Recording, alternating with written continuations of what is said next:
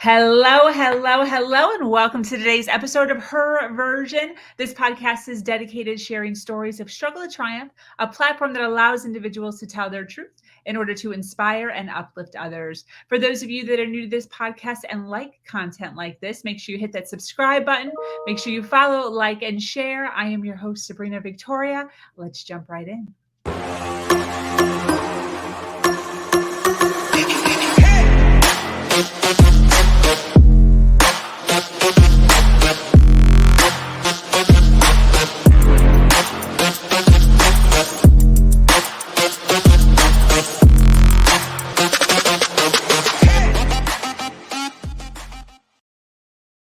Hello, and thank you for joining us today for this episode of Her Version. Welcome those that are already jumping on to listen to Miss Candace's story. The Her Version podcast is built on storytelling and the understanding that many times our greatest learning experiences come from listening to other people's stories.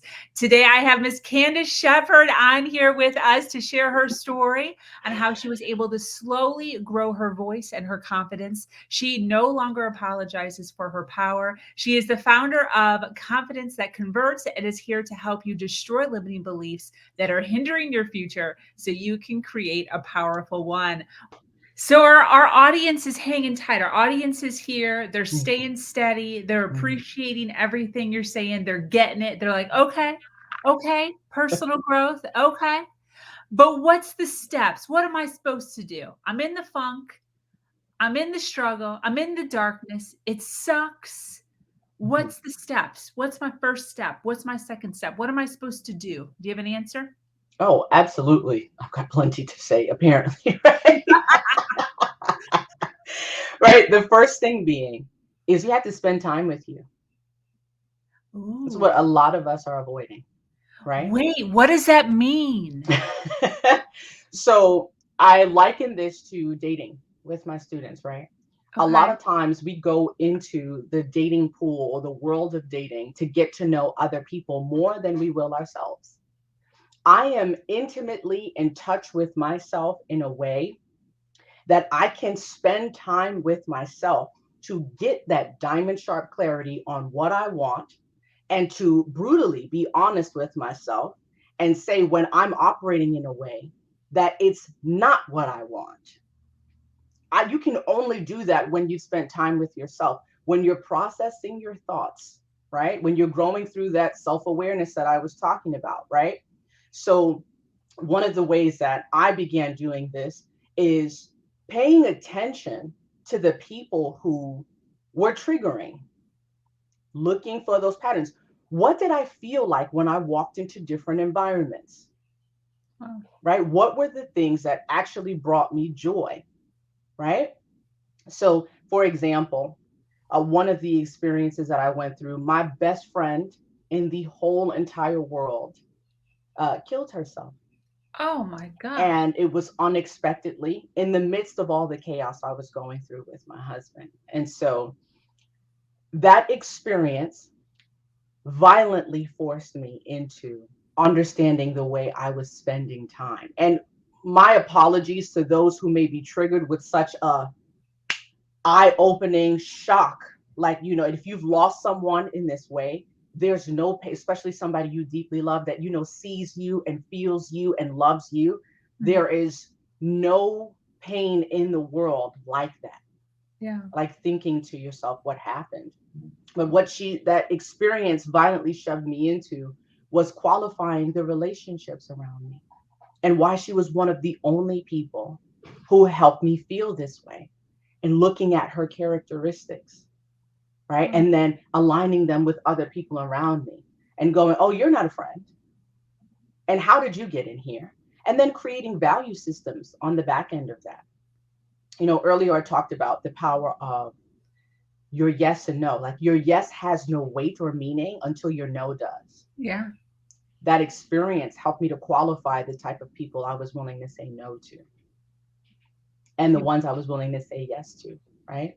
Yeah. And so that's what I mean by spending time with yourself. Really listening, paying attention to the things you'll normally go, oh, it's not that big a deal. Yes, it is. Yes, it is. If you felt it, right? And there's a part of you that's going, and well, you're out of congruence. Wow. But you can't know you're out of congruence if you're not spending time with yourself in this way, Yeah. right? You're not uncovering the things that make you feel joy and excitement, right? Like we tend to harp on the things we don't want, and it ends up creating more of that because that's where our focus is. But if Absolutely. I know it, and that's another thing, well, I don't know what I want to do, Candace. I work with so many people who come to me and start from scratch, or they've created something that's out of congruence, right? And so that's where they go, well, you were paying attention to those things and you knew at least something that you wanted. I don't know what I want. That's what you need to spend time with. Absolutely. Now that I know what I don't want, I can hone in on what I do. I know I don't want to feel this way anymore. Who Yeah. makes me feel that way? Right? Does my business make me feel that way?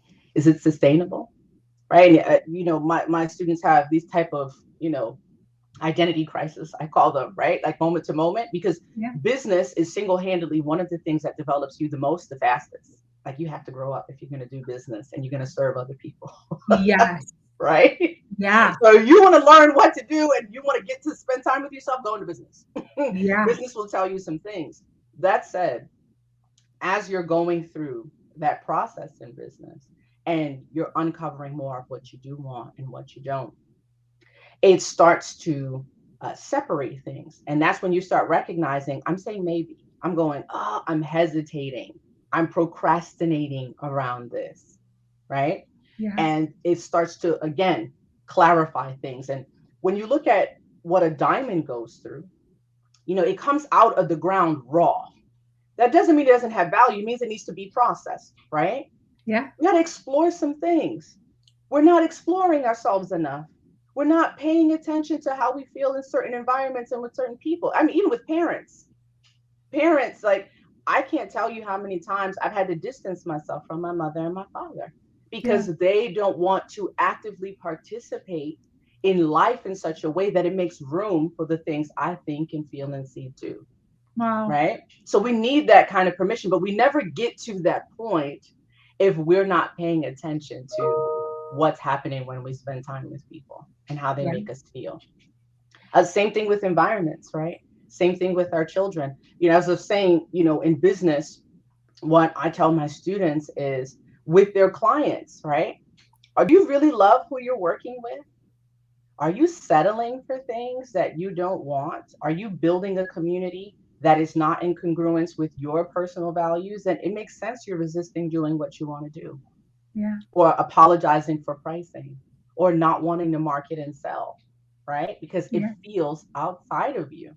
So I always tell everyone the key is to have that diamond sharp clarity on your image and identity as a leader first. That is what helps you to carve something out of cream cheese for your clients. And that's what gets you out of the bed. And that's what helps you go, I want to do this more sustainably now. I want to be with like, for example, I'm in delivery with my students for about 90 minutes twice a week. That's it. The rest of my days is for me and my husband. Thank God that man has changed. Okay. I had a dream, and like Martin Luther King, it came to be. Okay. Yes. All of that changed because I decided that my priority was going to be my family above everything. Yes. That's what fostered the confidence and the courage to raise the pricing that would support that. And then to market in a way that it draws more of those types of people to me, people with character who are visionaries that love growth and contribution. And they're not apologizing for making money either. But again, none of this is clear if you don't allow yourself that moment to say, I've dated myself, I've spent time with myself, and this is what I want for my brand. This is what I want for my business. This is what I want for my marriage or for my partnership, right? Yeah. This is what I want for my children. That was another thing. My daughter, I truly feel, I was talking with my baby sister about this. She's expecting, and she's had all these questions about parenthood and what it's going to be like. And I'm like, baby, you're going to prepare a lot, and then that baby's going to prepare you a lot over time. Okay. Yeah. Right. And what I shared with her is that your children have a way of further clarifying who you are and what you want for life too. If you open up space for that. And I knew I wanted to build a life that gave my daughter permission to do whatever she wanted to do. And I wanted to have the type of resources that would give her permission to go in any direction she wanted to as well. So that clarified more of my yes and my no. And that helped me spend more time with myself. And those are always the first steps, in my opinion, right? 17 years of doing this, it always starts with you. Yeah. And then everybody else comes to complement that or to contrast that. And those are the people you need to let go. Yeah, definitely. What's the number one lesson you've learned from your life? This is a good one. Number one lesson, it stays true to everything I've been sharing today. It's your image and your identity is the thing you're going to imprint into everything. Okay. What do you mean? More specifically, if it's unclear for you who you are and the way you want to move through the world, that is how you're going to affect everyone and everything. You're going to have people molding you and shaping you into what they want to do, even if it's in the smallest of ways. Yeah. But once that is crystal clear, I'm always talking about diamond sharp clarity. It's what allows you to powerfully move through the world and for people to feel your presence, even if you haven't said a word, right? That is the thing I feel traps a lot of us into comparison, even when it comes to pain, even when it comes to stories, right? We're not aware of how our image and identity and our experiences, sharpen our strengths and our skills in such a way that they complement the story, right? We're too busy contrasting and saying, well, somebody else does this better. And the truth is, no one's going to do it like you. Yeah. But until you know who you are and you're unapologetic about it, you're never going to experience that. Yeah. You're always going to be looking for something to qualify you, for someone to validate you, to go, oh, well, I'm better than this person. Nobody's going to do me like I can. Nobody's going to do you like you can. So now I don't even have to worry about who's running in their lane. I'm in a lane that no one can touch. Definitely. So number one lesson for sure, your image and your identity, first and foremost in everything. And that's the thing that develops confidence that converts. So you can just have a conversation with somebody and they're so enamored with the way you are and the way you do things, it creates opportunities for you. Definitely. That's beautiful. Absolutely. We've got we have an audience here. I want to just thank everyone real fast who's on here hanging out with us and supporting Candace and I while we hang out and chat. The information that you're giving is just so wonderful. I so appreciate you being here and taking some time out of your day. Since we do have a lot of people hanging out listening, I want to just kind of jump into what you do. I don't want to wait too much longer. So if you don't mind kind of just explaining, your business, who you help and how you kind of, help others. Yeah, absolutely. And so confidence that converts is a lifestyle, if you will, that I teach all of my students to embrace. I work very specifically with visionaries, right? These are those of us who want to make a massive impact and know we need the resources to do that, right? So we don't apologize for the income we want to make. Now, when I say visionaries, by definition, it's those who are future focused, right? Those who want to create growth and they want to contribute and they want to be a disruptor, like a catalyst in any environment that they're in. The problem is that so many times we get caught in the messy middle of that. Like at the start, it's strong. At the finish, strong. The middle, it's so muddy, you get lost, right? And it's often because we're leaving our image out of things. And so the ways that I do this is by developing your communication skills, right? Not just your communication skills, but also your leadership and your influence, right? But the only way you can do that is, as I was just talking about, right? You got to understand your image, your identity as a leader. And that lends itself to building a brilliant brand, something that acts like a megaphone to call out your specific tribe, right? The community you want to build. And so the work that we do on all of these particular skills, it's done inside of an ecosystem. So the way I've set it up is it's not just coursework, right? Where you're coming in and you're taking all the information in, you go out in an attempt and a hope that it's being done right. It's education with hybrid coaching and training. Because in some different ways, we're missing different aspects of skills, right? As visionaries, we're very much go get it type of people, right? So we're doing the work a lot of times, but then wondering why it's getting lost in translation. Why is it somebody isn't seeing my value, right?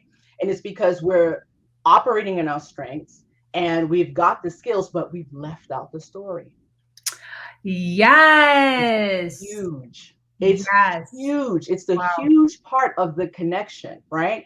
It's why so many of these brands are out there now associating themselves with influencers who have the stories. Yeah. Right? Like business has changed so much. Like 17 years ago, baby, it was nothing like this, right? Yeah. Everybody was just putting something out in hopes that something was going to come to them. But now you got to know how to communicate. Yeah. You got to know how to carry yourself on camera. And so many visionaries are groomed, cultivated in ways that deny who they are. And they actually, you know, like their phone, they look at what I can do. And people are like, that is not enough to move me to work with you. Yeah. So now people are recognizing how much of their personal brand isn't being developed and how much it hinders three specific things: their marketing, their sales, and their delivery. So these are the zones we cover inside of Confidence That Converts. And we move you, whether you're just getting started and you come to us and you're like, Candace, you know, or myself and my team, I have all of these ideas and they're huge and I'm intimidated and I don't know what to do. We help you to get started.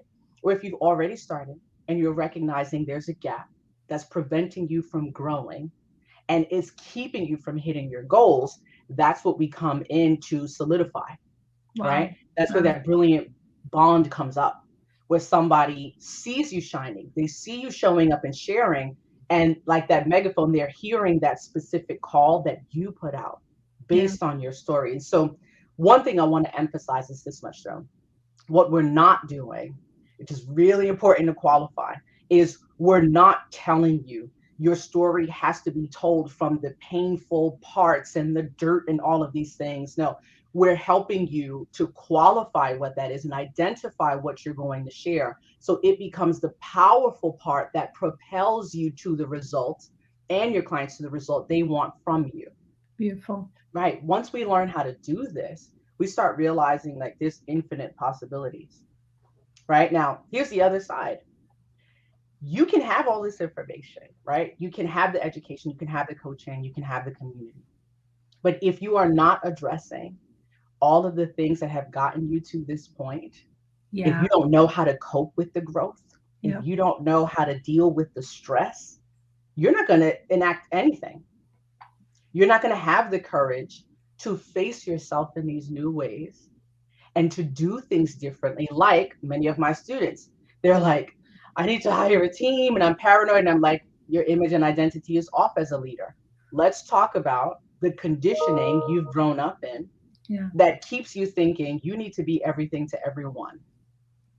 Beautiful. Let's talk about how you are denying the potential people who are a part of your vision, which is huge, and you know you can't manifest alone. Let's talk about how you're denying them an opportunity to use their power and their strengths to be effective for whomever it is that you're doing this work for, right? And the conversation goes in so many different ways. It's team building, right? It's pricing. A lot of us come into business apologizing. Apologizing for having a charge, right? Where does that come from? So while this is not a therapy session and I'm not a therapist, right? I have so many, are you a therapist? No, baby, but I can recommend you to one because I don't enable my students, right? We're going to do the work. And if you can't do the work, I'm going to put you in connection with somebody who's going to help you work that out so you can come back and do the work. Beautiful. These are all the things that so many of us are missing. And so many of us are unhappy about when it comes to our brands and businesses. And then we're spending all day beating ourselves up because we have these big dreams, this big vision, and we're feeling very incapable of accomplishing it. And it's like, why? What is it that you're missing? Do you even know? Yeah. That's the interesting part. When my students come into CTC, they're like, this is mind blowing. And how did you think of this? I thought of what I needed so badly when I first got started 17 years ago. Wow. I said, I'm not going to do it the way everyone else is.